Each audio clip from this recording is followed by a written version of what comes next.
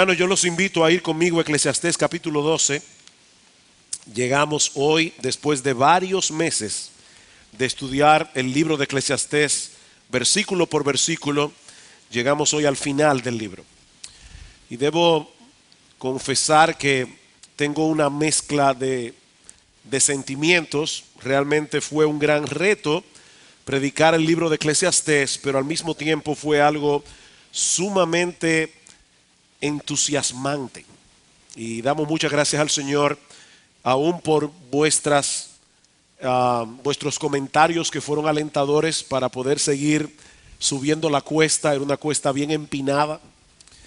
A veces daba la impresión, estudiando el libro, de que estábamos subiendo un monte muy alto, a pie y descalzo. Pero gracias al Señor llegamos al final. Eclesiastés capítulo 12, versículos 9 al 14. Y cuanto más sabio fue el predicador, tanto más enseñó sabiduría al pueblo, e hizo escuchar, e hizo escudriñar, y compuso muchos proverbios. Procuró el predicador hallar palabras agradables y escribir rectamente palabras de verdad. Las palabras de los sabios son como aguijones, y como clavos hincados son las de los maestros de las congregaciones, dadas por un pastor. Ahora, hijo mío, a más de esto sea amonestado. No hay fin de hacer muchos libros, y este es uno de los textos favoritos de muchos estudiantes, y el mucho estudio es fatiga de la carne. El fin de todo el discurso oído es este: teme a Dios y guarda sus mandamientos, porque esto es el todo del hombre. Porque Dios traerá toda obra a juicio juntamente con toda cosa encubierta, sea buena o sea mala. El novelista y dramaturgo irlandés Samuel Beckett, galardonado con el Premio Nobel de Literatura en el año 1969, escribió una especie de obra de teatro sin diálogos, sin actores, que dura apenas 35 segundos y que él tituló Aliento. Se abre el telón y aparece en el escenario un manto de basura de todo tipo, iluminado por un rayo de luz. La luz se atenúa, luego aumenta un poco hasta que se apaga completamente. Entonces se escucha un grito humano, alguien inhala y exhala, seguido de otro grito, y termina la obra. 35 segundos. No olviden que este hombre ganó el Premio Nobel de Literatura. En una enciclopedia sobre la literatura mundial del siglo XX, se dice de Beckett, Samuel Beckett, que su trabajo retrata la tragicomedia de la condición humana en un mundo sin Dios, sin ley y sin sentido. Mis hermanos, cuando nosotros sacamos a Dios del panorama, la vida humana queda reducida a un absurdo total entre el grito del nacimiento y el grito de la muerte. Y eso es precisamente lo que Salomón nos presenta en los primeros capítulos del libro de Eclesiastés. Si nos limitamos a contemplar la vida humana únicamente a la luz de lo que ocurre aquí y ahora, sin tomar en cuenta a Dios y a la eternidad, nuestra existencia en este mundo es tan absurda como el cuadro que Beckett presenta en su obra. Vanidad de vanidades, dijo el predicador, vanidad de vanidades, todo es vanidad. ¿Qué provecho tiene el hombre de todo su trabajo con que se afana debajo del sol? Como decíamos en el primer mensaje de esta serie, esa es una frase clave para poder entender lo que Salomón está tratando de enseñarnos en este libro. Si todo lo que tuviéramos en esta vida fuera esta vida, entonces nada tiene sentido.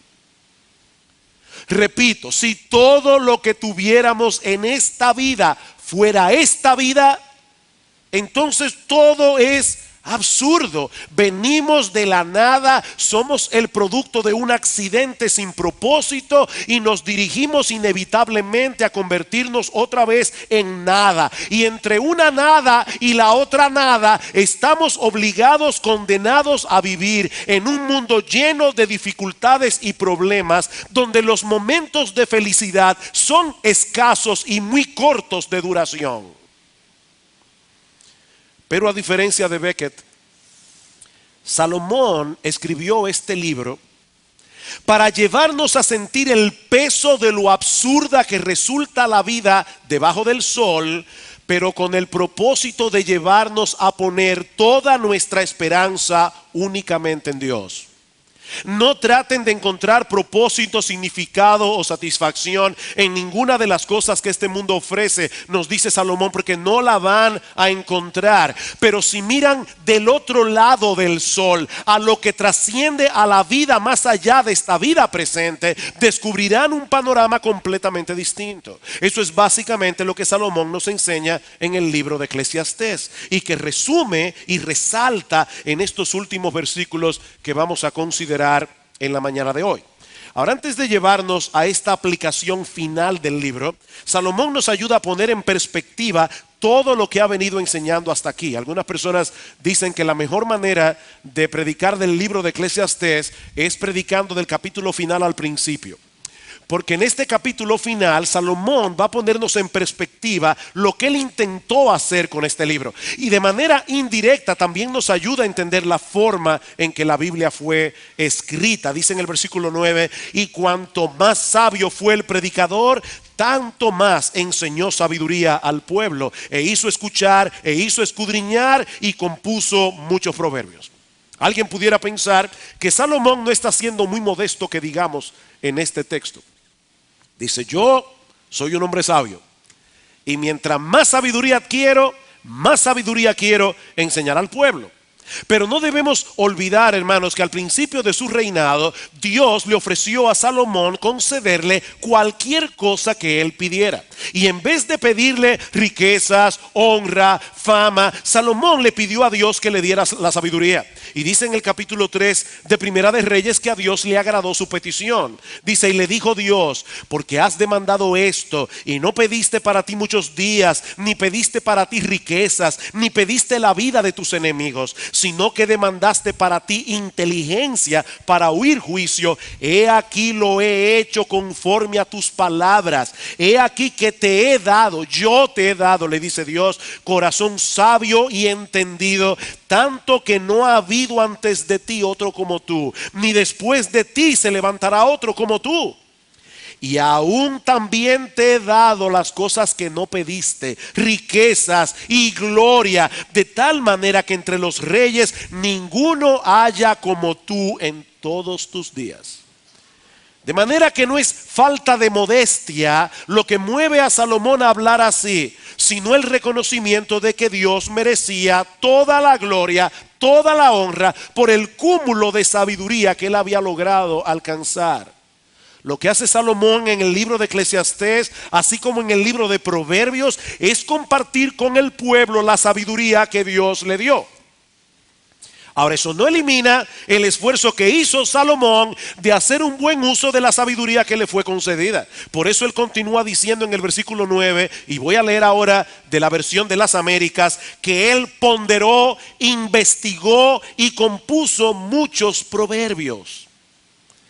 Queridos hermanos, es Dios que da el entendimiento, pero somos nosotros los que tenemos la responsabilidad de usar la cabeza.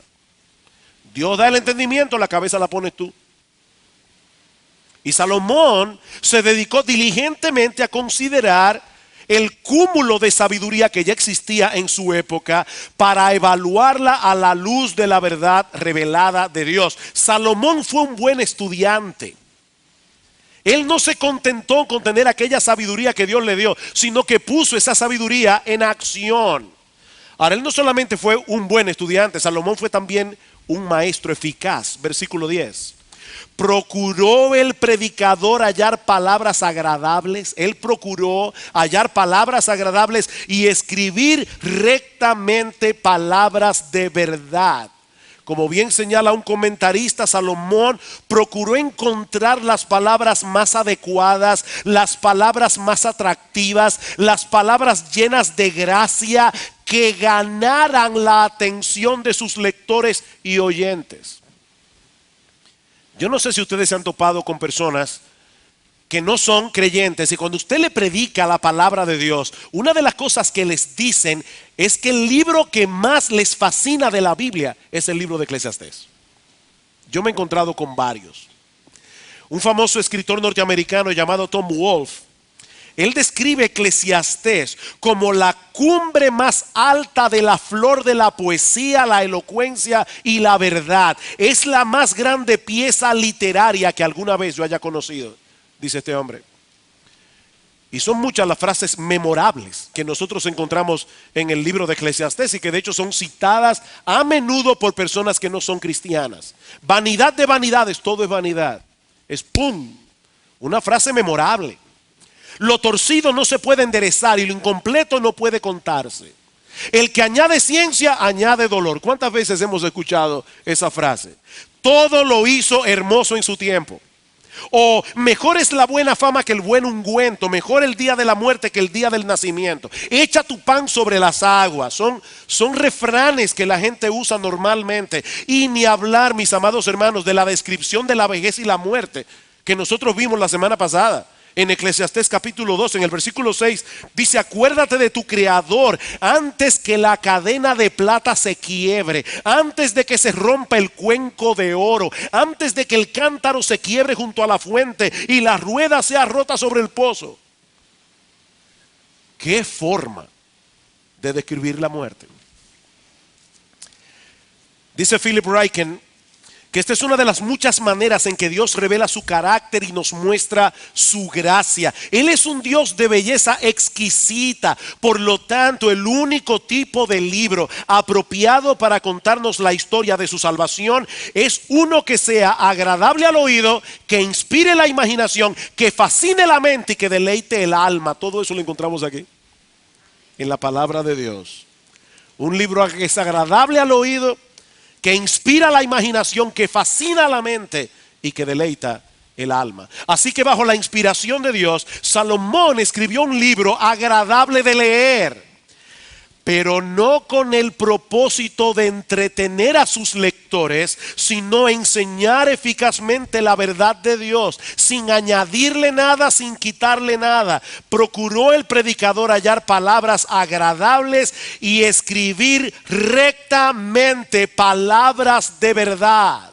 Esta palabra hebrea, rectamente, significa con toda franqueza, con toda honestidad. Salomón en ningún momento sacrifica la verdad para satisfacer y complacer a sus lectores o para ganar adeptos. Sus palabras fueron estéticamente agradables, fueron intelectualmente estimulantes, pero al mismo tiempo brutalmente honestas. Estéticamente agradables, intelectualmente estimulantes, pero brutalmente honestas, porque su propósito era despertar espiritualmente a sus lectores y moverlos a la acción. Versículo 11: las palabras de los sabios son como aguijones y como clavos hincados son las de los maestros de las congregaciones dadas por un pastor. Los aguijones eran unas varas de madera con punta de hierro que usaban los pastores en los días de Salomón para aguijonear el ganado, de manera que se mantuvieran en continuo movimiento y sin salirse del camino. Esos aguijones no le hacían daño al animal, pero le causaban el dolor necesario para mantenerlos en movimiento. Y eso es exactamente lo que Salomón trata de hacer con los lectores del libro de Eclesiastés. Sus dichos son como aguijones que despiertan la conciencia y que nos mueven a sentirnos lo suficientemente incómodos como para apartarnos del pecado y no poner nuestra confianza en ninguna de las cosas de este mundo. Piensen en un pasaje como este: el que ama el dinero no se saciará de dinero, y el que ama el mucho tener no sacará fruto.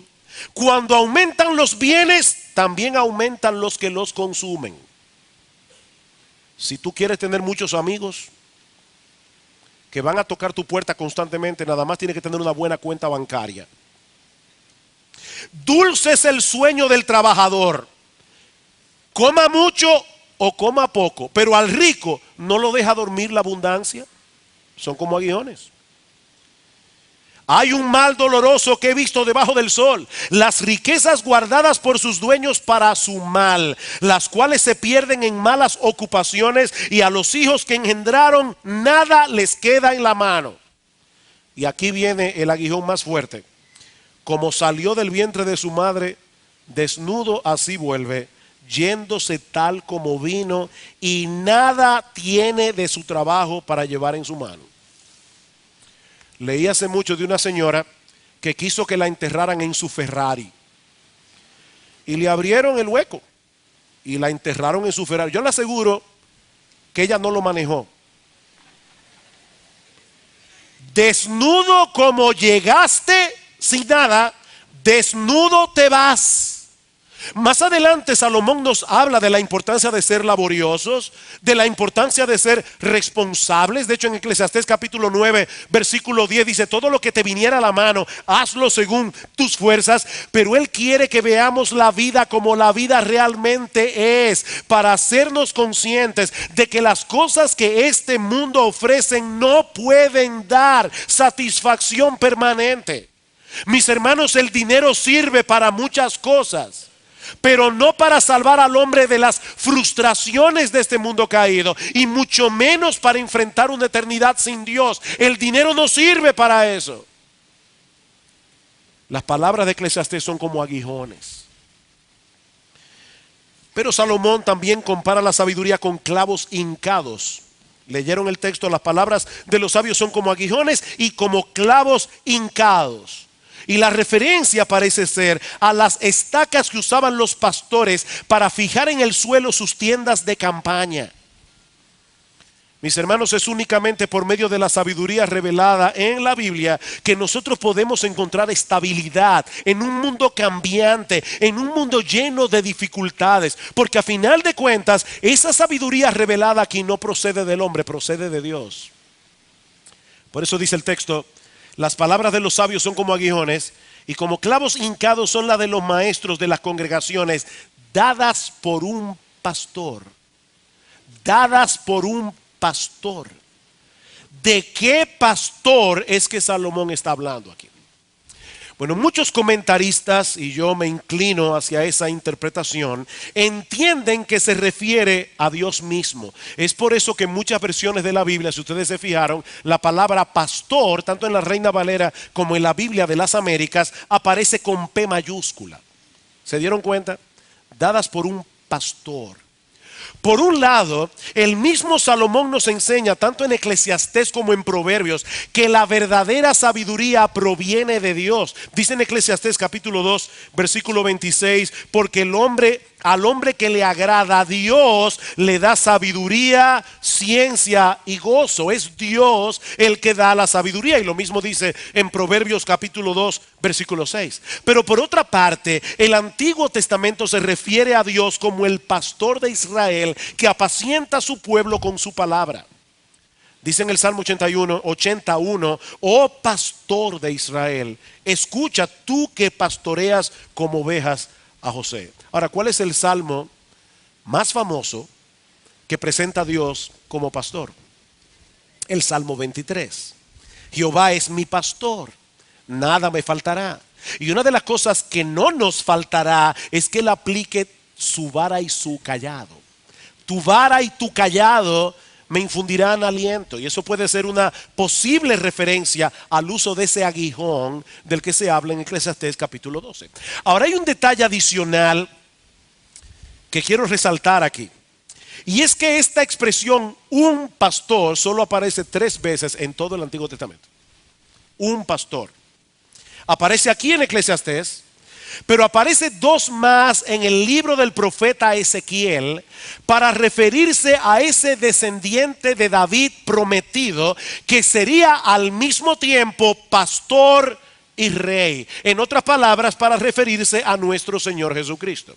Él es el buen pastor que da su vida por las ovejas, como dice en Juan capítulo 10, versículo 11. De manera que lo que este pasaje parece revelar es que el libro de Eclesiastés no es el resultado de las divagaciones filosóficas de un incrédulo pesimista, sino las palabras de nuestro Señor Jesucristo mismo, el gran pastor de las ovejas, llamándonos por medio de este libro a abandonar las vanidades de una vida sin esperanza y sin Dios.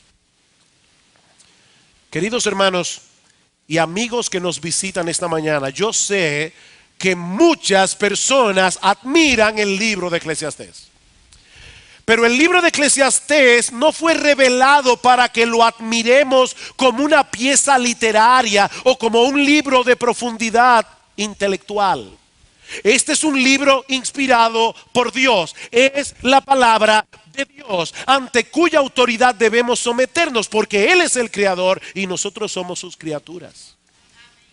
A final de cuentas, las cosas son como Dios dice que son, y no según las opiniones de los expertos.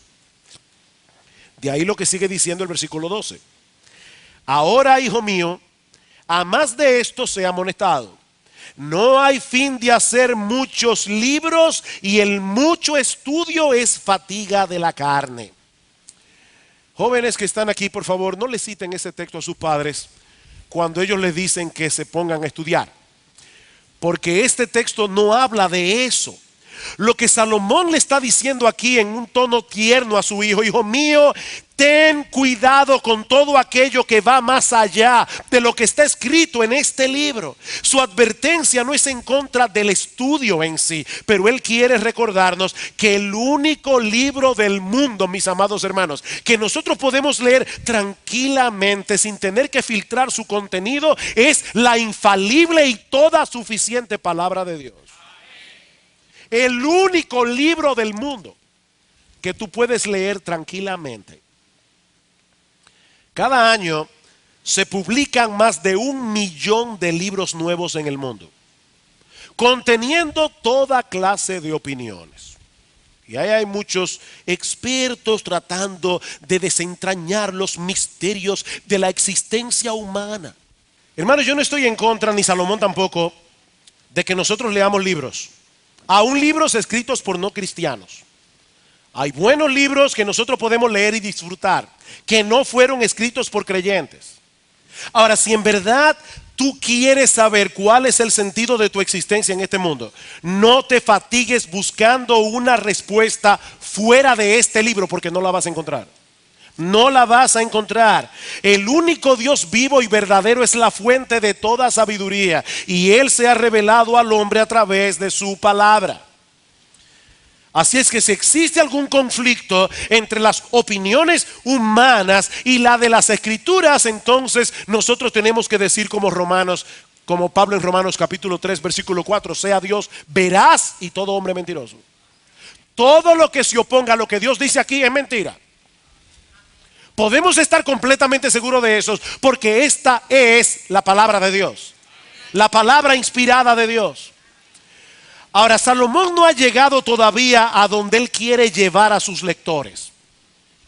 Este es solo el preámbulo.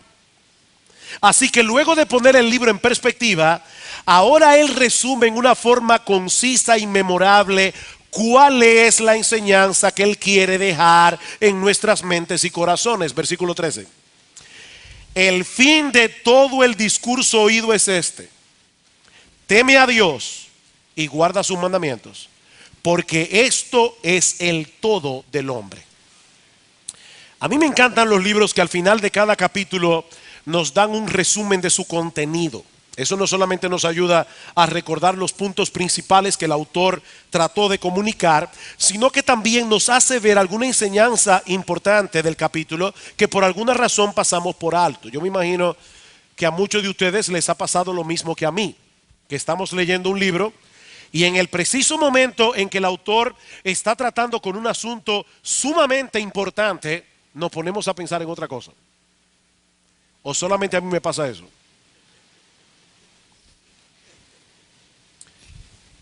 y te pasa por encima de la cabeza. O simplemente no entendemos lo que el autor está tratando de decir. Bueno, lo que Salomón no quiere que suceda con sus lectores es que pierdan de vista en algún momento de la lectura del libro esto que él está resumiendo aquí. El libro de Eclesiastés tiene algunos pasajes que son difíciles de entender. Eso es real. Pero hay algo que Salomón no quiere que nadie pase por alto, algo que no es difícil de entender cuando uno lee el libro de Eclesiastés. Y es que el todo del hombre consiste en temer a Dios y guardar sus mandamientos. Ahora, noten que Salomón no dice aquí que esto es lo que resume el deber del hombre. Eso no es lo que el texto dice. Sino que ese es el todo del hombre. Que el todo del hombre consiste en eso.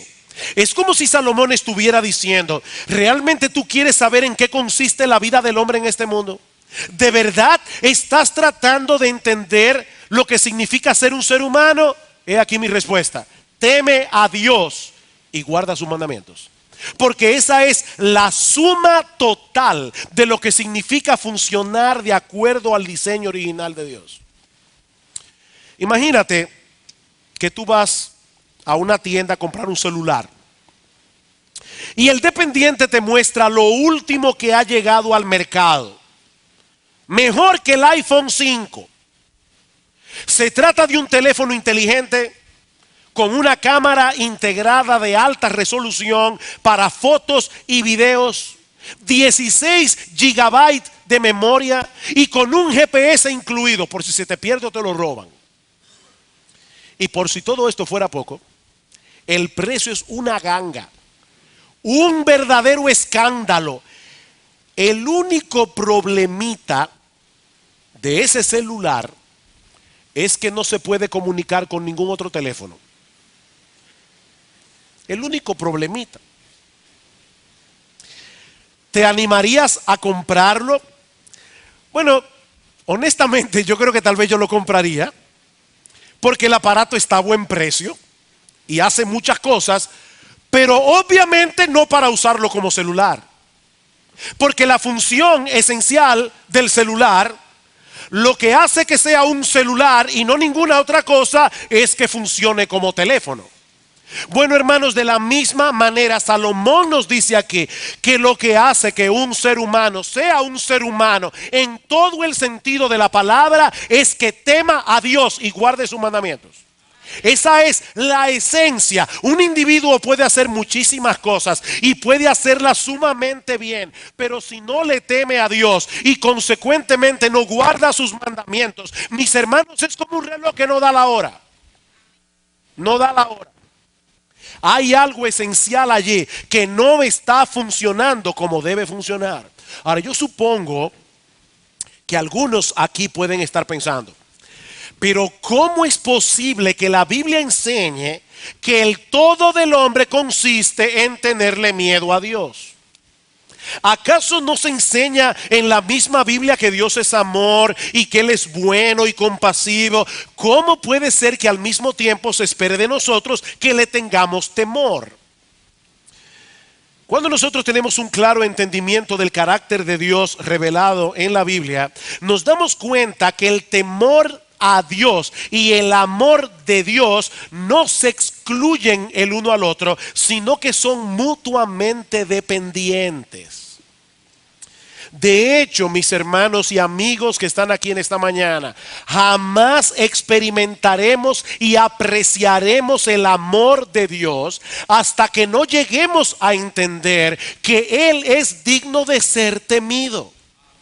Mi amigo, el Dios que se revela en la Biblia es perfectamente santo y es perfectamente justo. ¿Y sabes lo que Él demanda de cada una de sus criaturas? Que seamos tan santos y tan justos como Él. Nuestro Dios no puede rebajar sus estándares de santidad para tener comunión con nosotros, ni puede dejar de castigar al pecador como justamente el pecador se merece. Lo sorprendente del aparato emocional de Dios es que ese Dios perfectamente santo y justo, ese Dios que no puede pasar por alto el pecado del hombre, ese mismo Dios decidió asumir nuestra culpa en la persona de Dios el Hijo, quien murió como hombre en nuestro lugar en la cruz del Calvario. Lo que hace sorprendentemente increíble el amor de Dios es que Él decidió asumir la culpa de aquellos que Él también aborrecía. Él es el juez que condena y es al mismo tiempo el Salvador que nos libra de la ira divina que justamente merecemos por nuestros pecados, y todo eso únicamente por gracia, por medio de la fe. Mi amigo, el amor de Dios no es un sentimentalismo barato. El amor de Dios es la más costosa decisión que alguna vez haya sido hecho en la historia humana. La segunda persona de la Trinidad se hizo hombre, se encarnó en el vientre de una virgen para poder salvar a las criaturas que se habían rebelado contra Él. Es a eso que se refiere el apóstol Pablo cuando dice en Romanos capítulo 5 versículo 8 que Dios muestra su amor para con nosotros. ¿Cómo? En que siendo aún pecadores, Cristo murió por nosotros. De manera que es imposible valorar el amor de Dios en su justa medida sin entender primero que nosotros somos merecedores de su ira. Mis hermanos, una cosa está conectada íntimamente con la otra. Pero cuando entendemos el gran peligro en que nos encontrábamos por causa de nuestro pecado, cuando entendemos que nos habíamos rebelado contra Dios y que ese mismo Dios había decidido tratarnos con una gracia extravagante, porque no tengo otro término para describirla, pagando nuestra deuda por completo y recibiéndonos como hijos, ¿saben lo que eso produce en nosotros? Una profunda reverencia y admiración que nos mueve a acercarnos a Él y a desear obedecerle. Ese es el temor del que habla Salomón en Eclesiastés. Un temor que John Murray, un teólogo norteamericano, describe como el alma de la piedad. Ese es el alma, la esencia de la piedad. Es un temor que no nos aleja de Dios, sino que nos atrae poderosamente hacia Él. Hay un pasaje de las Escrituras en el que nosotros vemos claramente estas dos manifestaciones del temor a Dios. Una que nos aleja y otra que nos acerca. Se encuentra en el capítulo 20 del libro de Éxodo, no lo tienen que buscar. Pero cuando Dios descendió al monte Sinaí para darle la ley a su pueblo a través de Moisés, dicen los versículos 18 y 19 del capítulo 20 de Éxodo: todo el pueblo observaba el estruendo y los relámpagos y el sonido de la bocina y el monte que humeaba, y viéndolo el pueblo temblaron y se pusieron de lejos. Ellos pensaron: si ese es Dios, ay de mí. Y dijeron a Moisés: habla tú con nosotros y nosotros oiremos, pero no hable Dios con nosotros para que no muramos. En ese momento el pueblo de Israel estaba lleno de terror, y con razón. Ellos experimentaron aquel día algo que no era para menos que estar lleno de terror. Pero ahora escuchen la curiosa y paradójica respuesta de Moisés. Y Moisés respondió al pueblo: no temáis, porque para probaros vino Dios, y para que su temor esté delante de vosotros, para que no pequéis. En otras palabras, no teman, que el Señor vino para que le teman. Eso es lo que Moisés está diciendo aquí. No teman, que el Señor vino para que le teman. ¿Se está contradiciendo Moisés a sí mismo? O tal vez está tratando de hacer entender a los hijos de Israel que existen dos formas de temerle a Dios que son completamente opuestas entre sí. Mis hermanos, ¿ustedes recuerdan cómo introduce Dios los 10 mandamientos? En Éxodo 21. Y habló Dios todas estas palabras diciendo: yo soy Jehová tu Dios, que te saqué de la tierra de Egipto, de casa de servidumbre. Ese mismo Dios que había descendido en el monte Sinaí para darles la ley, en medio de aquel estruendo, en medio de los relámpagos, del sonido de la bocina, mostrando su gloria y su poder, ese Dios había actuado a favor de ellos, librándolos de la esclavitud en Egipto.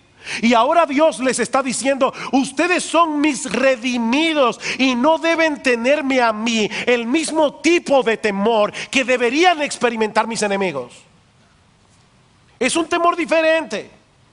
Por eso alguien parafraseó las palabras de Moisés de esta manera en el versículo 20 de Éxodo 20: no le teman a Dios de la manera incorrecta. No le teman a Dios como si ustedes fueran esclavos. Dios ha venido para ponerlos a prueba y para hacer que ustedes le teman correctamente, como deberían temerle los hijos. Y aquellos que le temen como hijos obedecen a Dios y guardan sus mandamientos. Una cosa es consecuencia de la otra. Mis hermanos, si realmente admiramos a Dios, si realmente reverenciamos a Dios como el Dios de toda sabiduría, como el Dios de toda gracia, como el Dios de toda bondad, ¿cuál va a ser el resultado? Que vamos a tratar de hacer lo que Él quiere que nosotros hagamos. Teniendo un Dios así, lleno de sabiduría, lleno de bondad, lleno de compasión. Por eso dice el Señor Jesucristo en Juan 14:21: el que tiene mis mandamientos y los guarda, ese es el que me ama. No el que simplemente va a la iglesia y cierra sus ojos cuando está cantando y luego vive en el resto de la semana como quiere. No, eso no sirve de nada. Y ustedes saben que yo no estoy aquí en contra de que ustedes canten. Yo siempre canto con los ojos cerrados, por si acaso. Ese no es el punto.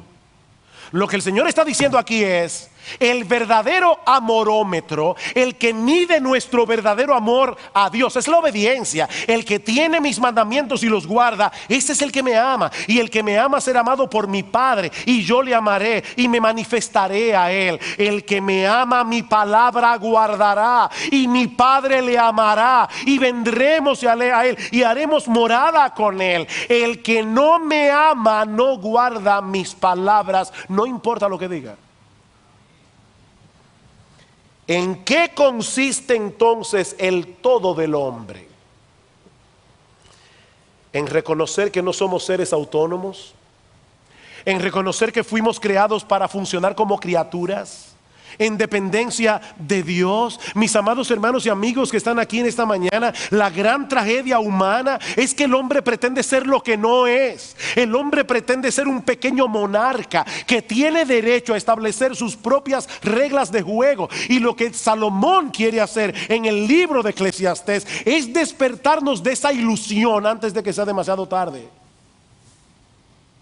Versículo 14: porque Dios traerá toda obra a juicio. Despierta antes de que sea demasiado tarde de esa ilusión de que tú puedes poner las reglas de juego, porque Dios traerá toda obra a juicio, juntamente con toda cosa encubierta, sea buena o sea mala. Como decíamos el domingo pasado, lo que hagamos con nuestra vida tiene consecuencias, porque todos compareceremos algún día ante el tribunal de Dios. Todo lo que hicimos, todo lo que dejamos de hacer, tendrá repercusiones eternas.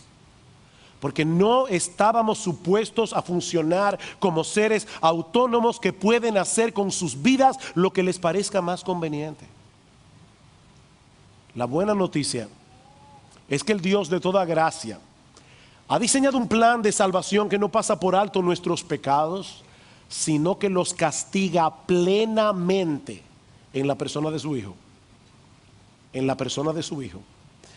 El libro de Eclesiastés no concluye con una nota de gracia, concluye con una nota de juicio.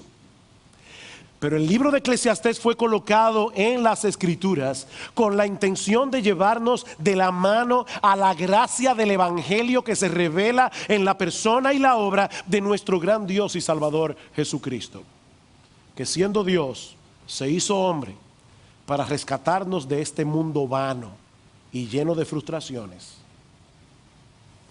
Mi amigo, no te engañes a ti mismo pensando que tus pecados serán pasados por alto. Dice en Hechos capítulo 17, versículo 31, que Dios ha establecido un día en el cual juzgará al mundo con justicia por aquel varón a quien designó, dando fe a todos con haberle levantado de los muertos, nuestro Señor Jesucristo. Pero cuando llegue ese día, todos, absolutamente todos los que se hayan refugiado por la fe en la justicia perfecta de Jesús, podrán comparecer ante ese tribunal sin temor alguno, sabiendo que ya no tienen cuentas pendientes con la justicia de Dios. Nunca más. No hay pecados pendientes en el tribunal de Dios. Así que, mi amigo, he ahí las únicas dos opciones que el hombre tiene delante de sí: seguir viviendo una vida vana y sin propósito, creyendo que tú eres el capitán de tu destino, como un monarca que tiene derecho a establecer las reglas de juego para cosechar finalmente una eternidad de miserias sin fin, o confiar enteramente en nuestro bendito Señor y Salvador Jesucristo, para comenzar a vivir realmente aquí y ahora y continuar experimentando plenitud de gozo en su presencia por los siglos de los siglos. Por un lado, vanidad de vanidades, todo es vanidad. Por el otro lado, yo he venido para que tengan vida y para que la tengan en abundancia. Mi amigo, como dice Dios a través de Moisés, escoge la vida para que vivas. Escoge la vida para que vivas.